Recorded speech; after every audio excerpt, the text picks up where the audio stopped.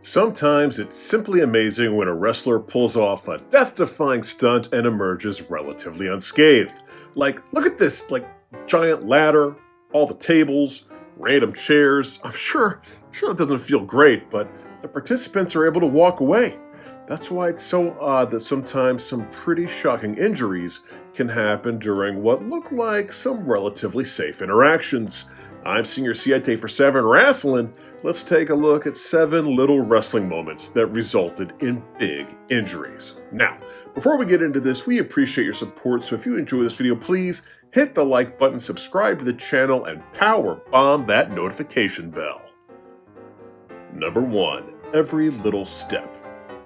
One of the greatest tag team matches in WWE doesn't get talked about much these days for, some reason, but it was very notable in building the legend of the guy who would go on to run this business, talking about Triple H. To back up a bit, the most popular man in the history of the WWE made the call to become a dastardly villain in the climax of WrestleMania 17. And to help cement that new role, he'd partner with the second most dastardly villain, Triple H. It did not get off to a great start. The fans weren't quite ready to boo their beloved Texas Rattlesnake, so the WWE tried every move in the book to turn them against him. He talked trash to fans, he hugged Vince McMahon, he even beat down the beloved Lita with a steel chair. But no dice. A feud with the lukewarm Brothers of Destruction didn't do him any favors either, as at that point we'd seen Steve Austin square off against Kane and The Undertaker approximately 11 jillion times. The prospects for the future weren't looking much better, as they were slated to go into a feud with the Canadian Chris's, known as Jericho and Benoit. And while those two were undoubtedly popular, they simply weren't at the same level as the two-man power trip. So, on the May 21st, 2001 episode of Monday Night Raw, they set out to remedy this problem by putting on arguably the greatest tag team match in the history of Raw. And remedy it they did. Jericho and Benoit absolutely looked like they were on the same level as the company's two biggest bad guys. Things would go south when Jericho would have Austin locked in the walls of Jericho's submission hold. Triple H was to come from behind to break it up, but he hit Y2J with a somewhat weak forearm. That was very uncharacteristic because Triple H was known for being pretty snug. Apparently, in the run across the ring, something Triple H had done a million times, he tore his quad. And this is where wrestling is legitimately the weirdest form of entertainment in the whole wide world. If LeBron James tears a quad, they blow the whistle and get him out of there. If Tom Cruise tears a quad while filming Mission Impossible 12, Mission Impossibilist, they say cut and they take him to the hospital. In wrestling, however, you just hobble through it. Hobble outside of the ring and let Chris Jericho put you in a Boston Crab on the announce table. Hobble back into the ring to accidentally on purpose hit your tag team partner with a sledgehammer. Hobble around looking stunned until Chris Benoit can tackle you out of the ring. And the amazing thing is, nobody watching at home knew anything was wrong. We just watched this amazing match. Am I selling how amazing this match is? I know I'm saying amazing a lot. It was awesome. Check it out if you've got the time. This injury would put Triple H on the shelf for 8 months, as he wouldn't return until the following year's Royal Rumble. It would also kind of kill the momentum for the feud between he and Austin against Benoit and Jericho. They'd have Vince McMahon fill in, which probably isn't the best move. They'd also have Austin inexplicably beat both Jericho and Benoit on TV in the lead up to what would become a triple threat match at King of the Ring. By the time the bad guy bested both of the good guys on pay-per-view, it was clear this wasn't going to work out. Benoit went off to tend to his own injury, Jericho would flounder for a bit, and Austin would release a solo album called I'm Still Trying to Be a Heel, and I'm Fully Prepared to Join WCW for No Reason to Make It Happen. All of that because of Triple H's quad. Number 2. 7 Pieces. Hey there, 7 Wrestlers. I'm going to apologize in advance for this one, so if you've got a weak stomach, feel free to zip on ahead to number 3.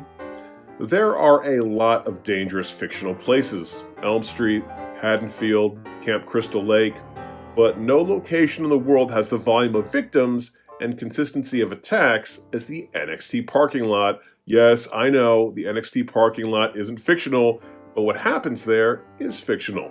Stay with me. So, it wasn't surprising when someone was found unconscious on that cursed car corral on August 8, 2018, but it was surprising when it was learned that the person who had been knocked out was none other than NXT's gothic badass champion, Aleister Black. Oh, and quick aside, count me in the camp that thinks he could have been huge and has been totally squandered. Sorry, moving on.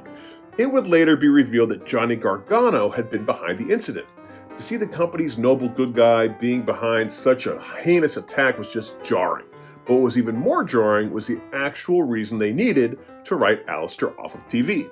During a match in Las Vegas against Tommaso Ciampa, Aleister was doing the typical move where you're on the top rope and your opponent causes you to fall crotch first onto the ring post. To hear Aleister tell the tale on X-Pac's Pro Wrestling for Life podcast, he came running and he crotches me, and he came in with so much force as I'm going down, his head collides with my nether regions, and because of that wrench, I couldn't catch myself from falling on the post. So I hit the post full speed and it shattered my testicle into 7 pieces. Hey, I warned you before this entry. You could have skipped ahead to number 3. First of all, what the fuck? Second of all, you can shatter a testicle? Into pieces? Aleister would go on to say the doctors had a few options. Well, we can do 2 things. We can cut you open, we can take everything out, and we'll put something artificial in there, and you'll be good in a week. But your blood vessel is intact, we can repair it, but it's going to take a few months. He chose the latter, saying, "They're very dear to me, so put it back together." Ugh. 7 pieces. Number 3, Wrestling's Theismann. Look, I like real sports. I don't have a lot of rooting interest, but I enjoy football. Baseball game is a good time if you include enough beer and hot dogs. The last 3 minutes of a basketball game tend to be very exciting, but there's no denying that real sports have provided some of our culture's most talked about moments. The Miracle on Ice, where the United States bested the dominant Russians in ice soccer at the 1980 Olympics, Michael Phelps winning 8 gold medals at the 2008 Beijing Olympics, which was also kind of BS to me because swimmers can just hoard medals, while the best curler in the world only has a chance to win one every 4 years. And then there was the infamous moment that happened during the November 18th, 1985 episode of Monday Night Football, where WrestleMania 11 main eventer Lawrence Taylor absolutely wrecked quarterback Joe Theismann's leg. I'm not going to show the footage here, it's readily available online, but imagine if Joe's calf all of a sudden had an elbow. It was so bad that Lawrence Taylor immediately popped up and begged the sideline doctors to come to Theismann's aid. Sadly, he'd suffer a compound fracture in the tibia and fibula of his right leg, thus ending his career.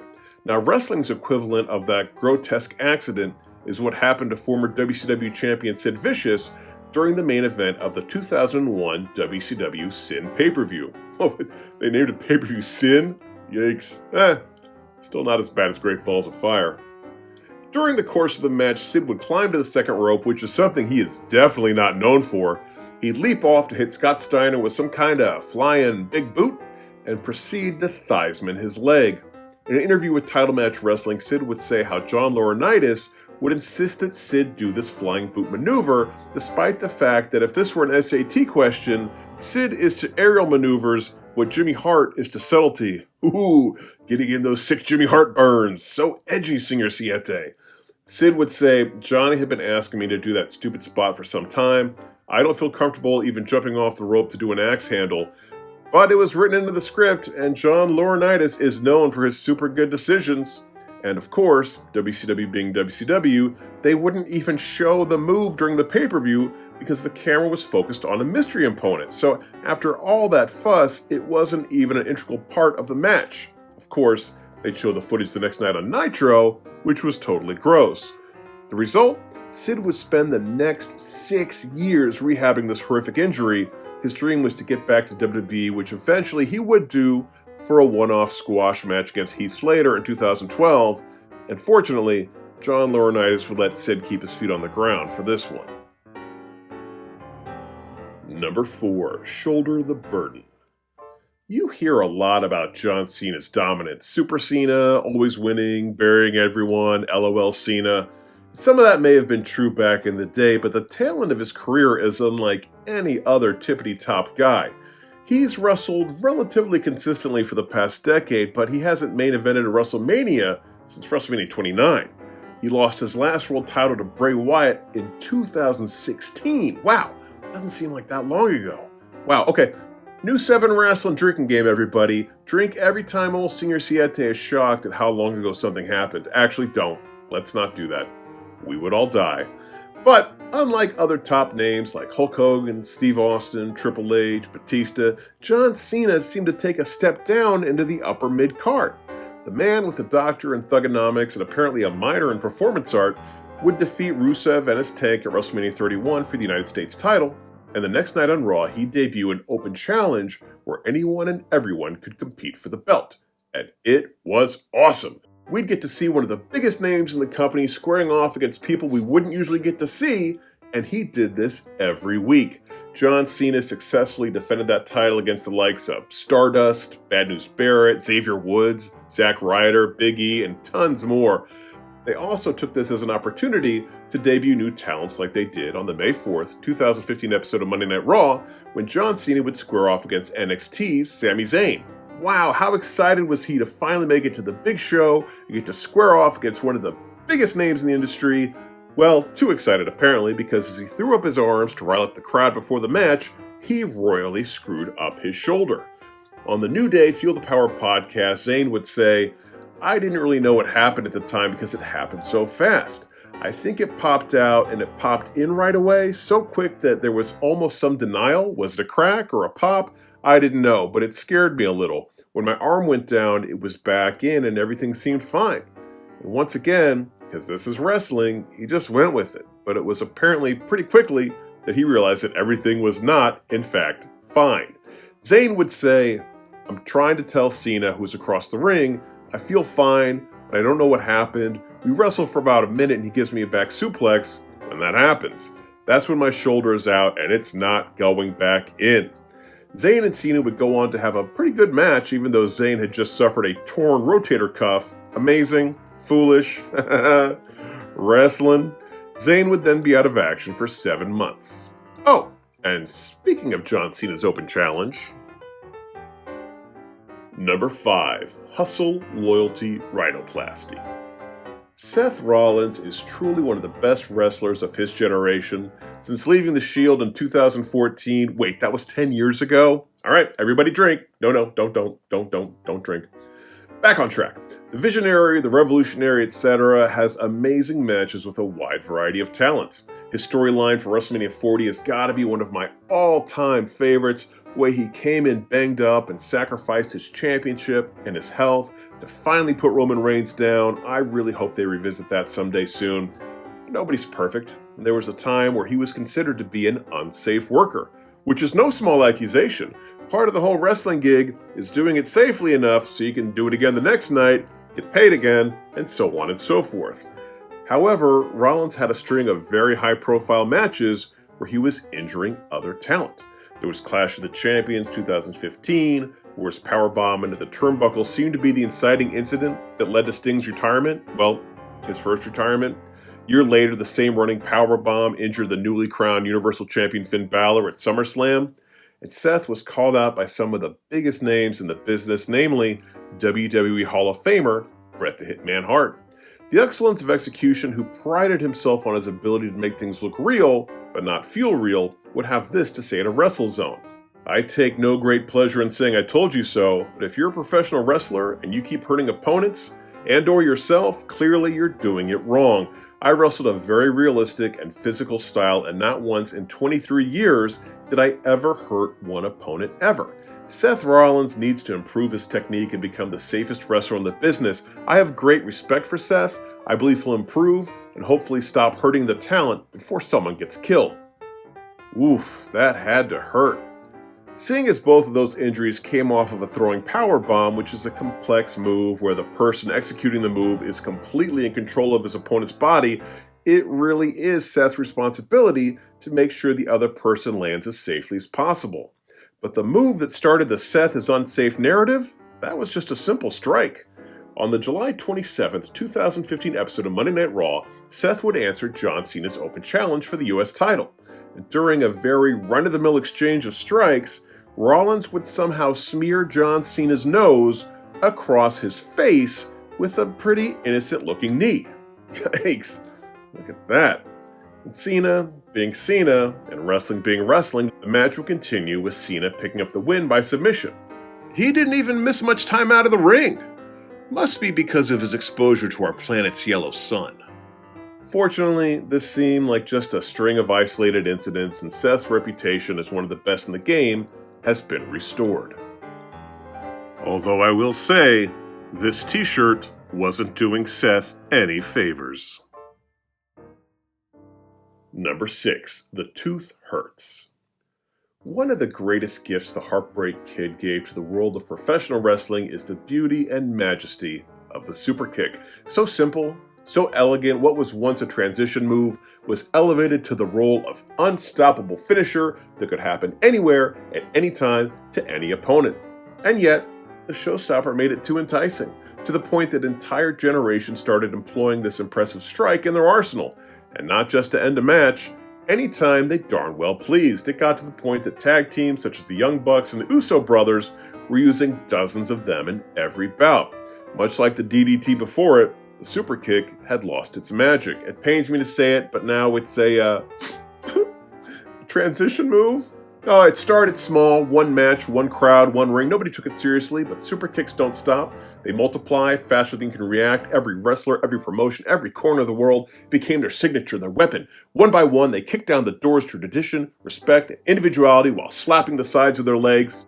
Now, it's chaos. Matches look like synchronized destruction. No one escapes it. No one counters it. Every fight, every moment is ruled by the snap of a boot, pretending to meet a jaw, and we let it happen. We let the super kick revolution take hold because we didn't see the pattern. I see it now. And if we don't act soon, it won't just be wrestling. It'll be everything. Super kicks everywhere. Government, our home, our families. No escape, no mercy, no way back.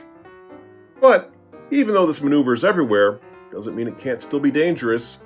Nikki Bella would learn this on the December 16th, 2013 episode of Monday Night Raw, where the Bella twins would team up with Natalya to face Alicia Fox, AJ Lee, and Tamina. No one Mina. During the bout, Nikki would have AJ on her shoulders when Tamina would wreck Nikki's face with some sweet Samoan music. We'd get a behind-the-scenes look at this moment during Total Divas, where we'd learn that Nikki had a tooth knocked out, and because Total Divas did a fantastic job of taking wrestlers we liked and making us like them less, it seemed like Nikki's biggest concern was that her then-boyfriend John Cena wouldn't think she was pretty anymore. She'd say, "I look like a bum. John's gonna think I look hideous." Well, you didn't dump him when he looked like this. But yeah, she's worried that her boyfriend's biggest concern after her injury is that it will temporarily affect her hotness. Wonder why it didn't work out for those kids. Number 7. The ankle that killed AEW. You've probably heard the term tribalism when it comes to professional wrestling fandom, that being where you pick one organization and stick with it through thick and thin. That's never made a ton of sense to me. I'm fortunate enough to have a PlayStation and an Xbox. Why choose one over the other if you don't have to? And I feel the same way about wrestling. There's good stuff in WWE, AEW, TNA, New Japan, the Indies, you name it. But let's be honest, there's way too much first-run wrestling on TV these days. To quote the Black Eyed Peas, Monday, Tuesday, Wednesday, Thursday, Friday, Saturday. Oh, and that's just weeks where there aren't premium live events. It is overwhelming. I've got a family to take care of, got videos to make, Hulk Hogan vitamins to ingest. So, in these days of too much content, I have to pick and choose based on my motivation. And right now, WWE is winning hands down. The Bloodline feud, the women of NXT, Kevin Owens' justified heel turn. These are the things that have my attention and thus my viewing time. Don't get me wrong. I would love for AEW to right the ship and hit us with a can't-miss storyline, but it has been rough for my attention span and that company ever since one inciting incident. And it all revolves around Adam Cole's ankle, baby. On the September 20th, 2023 episode of Wednesday Night Dynamite Grand Slam, MJF would be defending the AEW title against Samoa Joe in the main event. During the bout, MJF's buddy Adam Cole would run to the ring to provide assistance. When he jumped off of the entranceway platform, his ankle vaporized, as in they needed to replace his bone with a cadaver bone. Gross. Not 7 pieces of testicle gross, but still gross. Sorry, I hope you weren't eating during this video. Maybe don't eat during these videos. Adam Cole, who had taken millions of horrific bumps in his lifetime, would be sidelined for over a year due to this nothing of a jump. What's worse is that he and MJF were involved in the most interesting storyline in the company, and Tony Khan just didn't know how to pivot. This resulted in the Devil storyline that didn't do much of anything for anyone. Devil would be revealed to be an injured Adam Cole and this ragtag group of well-wishers known as the Undisputed Kingdom. MJF would get hurt himself and leave for a while. When he returned, they made him a bad guy, and now Adam Cole is somehow the good guy. It's a mess. And all of this has me falling asleep on my couch every Wednesday night and not even bothering to DVR whatever happens on Friday and Saturday. But like I said, I root for all wrestling. Here's hoping they can figure things out. Well, there's our list. Did we forget any other little wrestling moments that resulted in big injuries? If so, please leave them in the comments section below. Also, if you enjoyed this, please do us a solid and like the video, subscribe to the channel, and snap the ankle of that notification bell. Till next time, I'm Singer Siete for 7 Wrestling saying bye-bye.